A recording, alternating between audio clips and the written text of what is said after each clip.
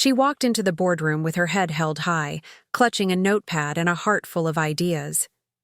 But instead of respect, she was met with smirks, whispers, and quick glances that said one thing loud and clear: "You don't belong here." To them, she was just another junior executive, too young, too quiet, too ambitious for her own good. One of the senior managers even laughed after she left the room, joking that the intern spoke like she was running the company.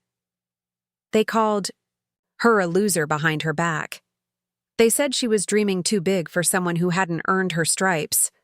But what they didn't know was that she had been underestimated her whole life. Raised by a single mother who worked 2 jobs, she learned early on that the world rarely hands out opportunities. You have to carve your own path. And every time someone told her she wasn't enough, she used it as fuel. She didn't argue back in that boardroom. She didn't shout to be heard. She took notes. She stayed late. She listened, studied, and worked quietly, often the last one to leave the office while others were already home. For years, she sat at the edge of the table, watching decisions being made without her. Ideas she had quietly suggested in meetings were ignored, only to be praised when someone else repeated them louder. It was frustrating. It was humiliating. But she never quit. She kept showing up. She kept learning. Every failure, every rejection, she wore it like armor. Then one day, everything changed. The company faced a crisis no one saw coming. Sales were down, morale was worse, and the leadership team was falling apart. People were looking for answers, for direction, for someone to step up. That's when the so-called loser did something no one expected. She raised her hand. She had a plan. And this time, they had no choice but to listen. What happened next? Well, let's just say the boardroom never looked at her the same way again. But before she earned that title of CEO, there was a moment that nearly broke her. A decision she made that risked everything. And almost cost her everything, too. Stick around, because that part of the story changes everything. 3 months before she raised her hand in that tense boardroom meeting, everything in her life seemed like it was coming undone. Her apartment lease was ending. Her mother's medical bills were piling up. And at work, she was barely holding on to her position after a project she led got quietly scrapped. No one blamed her directly, but the silence in the halls, the cold stares, and the absence of her name on future assignments said more than words ever could. She felt invisible, like the harder she tried, the more she faded into the background. She didn't have a fancy business degree. No mentors, no connections. Most of the executives around her had families in the industry or golden resumes from elite universities. All she had was a community college diploma, a mountain of student debt, and a heart that refused to give up. Every night she stayed up late reading financial reports, studying market shifts, and quietly tracking what worked and what didn't inside the company. While others networked at parties, she learned how the systems worked from the ground up. But one thing kept her going: a deep belief that things could be better, not just for herself, but for the people the company forgot about. The entry-level staff. The exhausted managers. The overlooked ideas. She saw the cracks that no one wanted to talk about. Profits were falling, not because the market was bad, but because the leadership had become blind to change. They were too busy protecting their positions to realize they were leading the company toward a dead end. And then came the memo.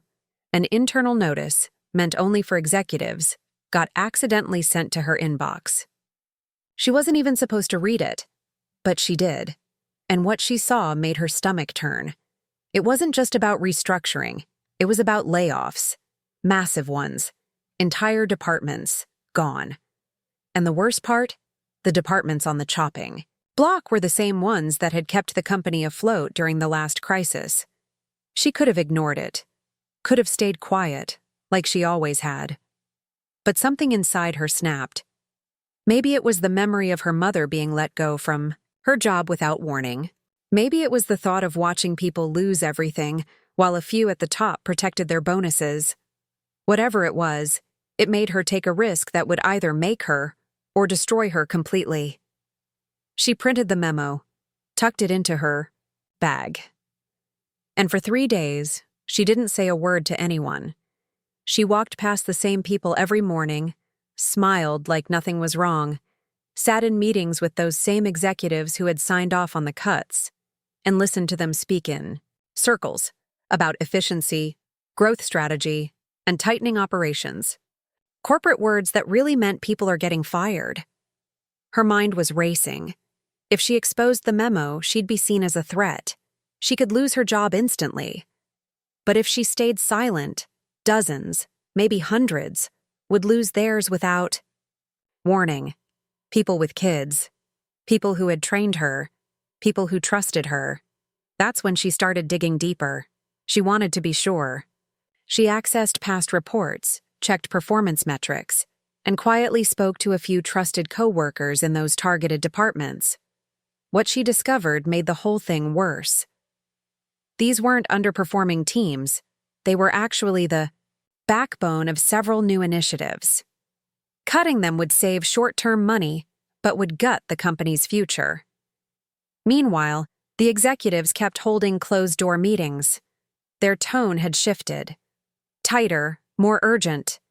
Something big was coming, and everyone on the lower floors could feel it, even if they didn't know what it was. People started whispering in break rooms. Office chatter turned tense. HR became strangely quiet. Emails slowed down. Outside of work, things weren't much better. Her mother's condition was worsening, and her hospital bills were overdue. She couldn't afford to get fired. Not now. But the weight of what she knew was crushing. Every time she looked someone in the eye at work, she felt the guilt grow. Especially Lisa, her closest friend at the office, who had just taken out a loan to cover her son's college tuition. Lisa's name was on the list. She didn't know it yet. And then, the company made an announcement. An emergency all-staff meeting. Everyone was expected to attend. No details. Just a date and a time. People were nervous. Rumors flew. Some said a merger. Others guessed bankruptcy. But she knew what was coming. She had one chance to act. One chance to be more than just another silent face in the crowd. But what she was about to do would put her on a collision course with the most powerful people in the company. People who didn't like being challenged, and they were already watching her. The morning of the all-staff meeting, the building felt different. People weren't chatting like usual. The break room was quiet. Desks were filled. But no one was really working. Everyone was waiting. Waiting for the news that would change everything. She sat at her desk, her hands shaking slightly, as she looked at the clock. Just 1 hour to go. 1 hour before the announcement. 1 hour before those carefully chosen words, strategic realignment, cost efficiency, restructuring plan, would be used to hide the truth. Her mind kept going back to the memo, now folded neatly in her bag. She had a plan, but it wasn't safe. Not even close. If she exposed the truth too soon, it could backfire, but if she waited too long, the damage would be done. She needed to be smart, strategic, and fast. She reached out quietly to a few trusted coworkers, people who'd been there for years, who knew how things used to be, and who believed in the values the company claimed to stand for. She showed them the memo. At first, they thought it was a mistake. Some even asked if it was real. But the more they read, the more their expressions changed, from confusion to disbelief, then to anger. They agreed to stand with her, but none of them wanted to be the one to lead. That was on her now. Minutes before the meeting, she made one final move. She forwarded the memo, not just to HR or legal, but to the full staff mailing list. Hundreds of inboxes pinged all at once. Phones buzzed, screens lit up, and the quiet office turned into a storm of confusion and hushed voices. She knew there was no turning back now. Then came the call. She was summoned to the executive floor. Alone. The hallway felt longer than usual. As she stepped into the boardroom, the same one where they once laughed behind her back, every face turned to her, cold, sharp, some surprised, others furious. The CEO himself sat at the head of the table, fingers laced, expression unreadable. "You know what you've just done?" one of them asked, voice low and tense. She nodded. "Yes, I do." What happened next? What was said, what was decided, and how it all unraveled would change not only her future, but the entire company's. And in that moment, with her career hanging by a thread, she wasn't afraid anymore. But the storm was only just beginning. The boardroom fell into a heavy silence. For a few seconds, no one spoke. The executives just stared at her, their polished appearances now slightly cracked by the tension in the air. The CEO finally leaned forward, his voice calm but cold. "You've breached internal security protocols," he said. "You understand that, right?" She nodded, steady. "And you're about to breach the trust of every employee who's ever given their time and energy to this company." Another executive slammed a folder on the table. "You've embarrassed us, publicly. This isn't just an internal problem anymore." He turned a laptop around, showing her the screen. News had already started to spread. A few blogs, a leaked screenshot of the memo, anonymous comments from employees. The story was out. Faster than anyone expected, someone from within had forwarded her email to a reporter. Now it was beyond their control. But then came the twist. No one saw coming, not even her. One of the oldest board members, a quiet man who rarely spoke in meetings, cleared his throat. "I've seen that memo before," he said. "It was flagged in a meeting 2 weeks ago. I raised concerns and was told to drop it." The room froze. Everyone turned toward him. "I didn't know it was still being pushed forward," he continued. "But if she hadn't sent it, none of us would have known it was back on the table." Shock rippled across the room. Some executives exchanged nervous glances. A few began flipping through their notes, clearly trying to cover themselves. The CEO's expression darkened. "You're saying this wasn't approved?" he asked. The older board member didn't answer directly. Instead, he slid a different folder across the table. "There's a second version of the memo. The one we signed off on. It didn't include layoffs." Her heart started racing again. This wasn't just a bad decision. It was a deliberate move by someone behind the scenes. Someone had edited the plan, hidden it, and hoped no one would notice until it was too late. And now, the questions were different. Who altered the original memo? Who stood to gain from the layoffs? And most importantly, how deep did the cover-up go? The boardroom, once a place of quiet arrogance and corporate rituals, had turned into a pressure cooker. She wasn't just fighting to keep her job anymore. She had just stepped into something far bigger, a power struggle at the highest level, and she was right in the middle of it. The air in the boardroom turned electric. Voices rose, accusations flew, and for the first time, the executives weren't united. Some argued the memo was a mistake. Others denied ever seeing the original version. But it was too late. The damage had been done, and the truth was unraveling. Fast. She stood silently as the room tore itself apart. For years, she'd been invisible to them. Now all eyes were on her, not with condescension, but with something closer to respect, or fear, maybe both. The CEO, still calm on the outside, looked at her like she was a threat he hadn't calculated for. He leaned back in his chair, folding his hands tightly. "So what exactly is it that you want?" he asked. She didn't hesitate. "Transparency, accountability, and a seat at the table, not just for me, but for people who've worked in the shadows for too long." The older board member nodded slowly, clearly in agreement. "She has a point," We've let things slide for too long. It's time to take a hard look at who's really running this place. And how. The CEO looked around the room. No one backed him. The weight of silence spoke louder than any vote. He knew he'd lost control.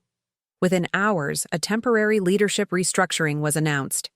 An internal audit team was brought in to investigate the altered memo and who authorized the hidden version. And the layoffs? Canceled. The news traveled fast. Employees started cheering in break rooms. Some cried. Others stared in disbelief. And in the middle of it all, she stood quietly, holding back tears of her own. After years of being ignored, she'd finally been heard. But just as things began to settle, a new email landed in her inbox. No subject line, no sender name. Just one sentence. "You think this is over?" Attached was a file, a document she hadn't seen before. A secret project buried deep in the archives, one that tied the CEO to offshore accounts and quiet partnerships, meant to siphon money out of the company before the layoffs even began. The layoffs were just a cover, and now she held evidence that could bring down not just one executive, but the entire leadership chain. She had fought her way to the top of the storm, but the real storm was only just beginning. She stared at the file for a long moment, her heart heavy but steady. The proof was right there. Numbers, names, signatures. The CEO hadn't just approved the layoffs. He had been planning to bleed the company dry, quietly moving money through shell accounts and preparing to walk away clean, leaving chaos behind. She could have leaked it to the press. She could have exposed everything in one blow. But instead, she took a different path. She sent the file directly to the board, the same group that had once ignored her, but who now saw her as someone who didn't just point out problems, but knew how to handle them. Within a week, the CEO was quietly removed, citing personal reasons. No drama, no headlines. But inside those walls, everyone knew the truth. With leadership shaken up, the company began to rebuild. Not just its image, but its culture. They promoted fresh voices from within, people like Lisa, who finally got the credit she deserved. The departments that were almost cut received new funding. Transparency became more than a word. It became policy. And as for her, she was offered a position on the new executive team, a real seat at the table. At first, she hesitated. After everything, part of her wanted to walk away and start fresh. But she thought about the people who stayed, the ones who kept working, hard, day after day, even when no one was watching. They deserved someone up there who understood what it was like down here. So she accepted. And on her first day in the new role, she walked into the boardroom again. This time, not as the quiet girl with too many ideas, but as the one who changed everything. The same room where she was once laughed at was now the place where her voice shaped decisions. Looking back, she never set out to be a leader. She didn't chase power or titles. All she ever wanted was to do the right thing, even when it was hard. Especially when it was hard.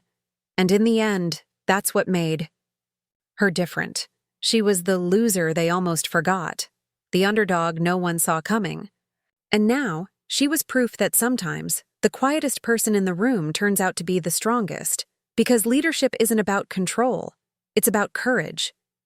And she had just enough to change everything. She stared at the file for a long moment, her heart heavy but steady. The proof was right there. Numbers, names, signatures. The CEO hadn't just approved the layoffs. He had been planning to bleed the company dry, quietly moving money through shell accounts and preparing to walk away clean, leaving chaos behind. She could have leaked it to the press. She could have exposed everything in one blow. But instead, she took a different path. She sent the file directly to the board, the same group that had once ignored her, but who now saw her as someone who didn't just point out problems, but knew how to handle them. Within a week, The CEO was quietly removed, citing personal reasons. No drama, no headlines. But inside those walls, everyone knew the truth. With leadership shaken up, the company began to rebuild. Not just its image, but its culture. They promoted fresh voices from within, people like Lisa, who finally got the credit she deserved. The departments that were almost cut received new funding. Transparency became more than a word, it became policy. And as for her, she was offered a position on the new executive team, a real seat at the table. At first, she hesitated. After everything, part of her wanted to walk away and start fresh. But she thought about the people who stayed, the ones who kept working, hard, day after day, even when no one was watching. They deserved someone up there who understood what it was like down here. So she accepted. And on her first day in the new role, she walked into the boardroom again. This time, not as the quiet girl with too many ideas, but as the one who changed everything. The same room where she was once laughed at was now the place where her voice shaped decisions. Looking back, she never set out to be a leader. She didn't chase power or titles. All she ever wanted was to do the right thing, even when it was hard, especially when it was hard. And in the end, that's what made her different. She was the loser they almost forgot. The underdog. No one saw coming. And now she was proof that sometimes the quietest person in the room turns out to be the strongest. Because leadership isn't about control, it's about courage. And she had just enough to change everything.